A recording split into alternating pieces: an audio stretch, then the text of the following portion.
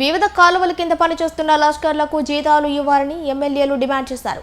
రైతుల కోసం పనిచేసే లష్కర్లకు ఏదో ఒక విధంగా జీతాలు వచ్చే విధంగా అందరూ కలిసి మాట్లాడాల్సిన అవసరం ఉందని ఎమ్మెల్యేలు ఐఏబీ సమావేశానికి సూచించారు. అవసరమైతే జనవరుల శాఖ మంత్రి ముఖ్యమంత్రి దృష్టికి తీసుకువెళ్లి 3 ఏళ్లుగా వీరికి జీతాలు ఇవ్వకపోవడం బాధాకరమని తెలియజేస్తామని వారు పేర్కొన్నారు.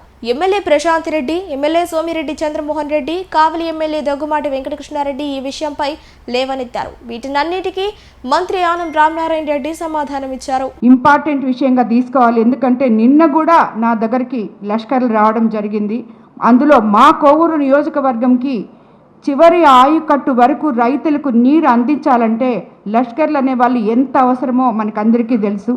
కొన్ని దగ్గరలో ఆ లష్కర్లకి మన వర్కుల్లోనో ఎలాగో మేనేజ్ చేసి కొన్ని దగ్గరలో జీతాలు ఇస్తున్నారు. వాళ్ళకి 3 సంవత్సరాల నుంచి మానేసి 1 సంవత్సరం ఆపేసి 2 సంవత్సరాలని ఇప్పుడు తీసుకొని ఉన్నారు వాళ్ళకి జీతాలు ఇవ్వడానికి.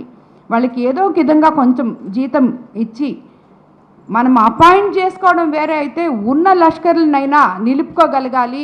వాళ్ళ వల్ల మనకి చివరి ఆయకట్టు వరకు రైతులకి నీళ్లు అందించగలగాలి అని చెప్పి మిమ్మల్ని అందరినీ నేను కోరుకుంటున్నాను. కాబట్టి దీన్ని కూడా మరోసారి ఇక్కడ మినిస్టర్ గారు కూడా ఉన్నారు కాబట్టి ప్రభుత్వం దృష్టికి దీన్ని తీసుకెళ్ళాలి. ఎందుకంటే ఇది గవర్నమెంట్ పాలసీ కాబట్టి మా అందరికీ బాధ్యత. కలెక్టర్ గారికి లష్కర్స్ పేద కుటుంబాలు వాళ్ళకి ఎన్నో నెలలు 2-3 సంవత్సరాలు జీతాలు ఇకపోతే ఎట్ట బతకాలా?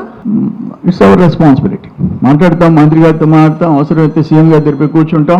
వాళ్ళ వరకు వీలైనంత తొందరగా లష్కర్ల జీతాలు ఇప్పిస్తాం.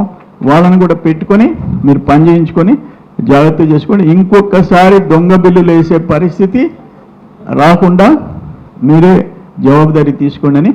గత 5 ఏళ్ళుగా ₹1 ఖర్చు పెట్టిన పాపన బాలేదు. కనీసం లష్కర్గా కూడా జీతాలు ఇవ్వలేని పరిస్థితి ఉంటే ఈరోజు ఈ మన ప్రభుత్వం వచ్చాక దాని కొన్ని కెనాల్స్ని మనం క్లీన్ చేసి 4000 ఎకరాలకి ఆయకట్టుకి నీళ్ళు ఇవ్వడం జరిగింది.